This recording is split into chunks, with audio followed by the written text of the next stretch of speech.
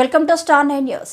సంగారెడ్డి జిల్లా పటాన్చెరు మండలం పాషమైలారంలోని మైలాన్ పరిశ్రమలో డ్రగ్ కంట్రోల్ అధికారులు దాడులు. నిబంధనలకు విరుద్ధంగా తయారు చేస్తున్న డ్రగ్స్ ను సీజ్ చేసిన అధికారులు. మైలాన్ ల్యాబ్లపై దాడులు చేసిన డ్రగ్స్ కంట్రోల్ బోర్డు అధికారులు. 4.850 కిలోగ్రాముల ఆల్బండజోల్ ను సీజ్ చేసిన డ్రగ్స్ కంట్రోల్ అధికారులు. 4.850 కిలోగ్రాముల ఆల్ఫా జోలంలను సీజ్ చేసిన డ్రగ్స్ కంట్రోల్ అధికారులు.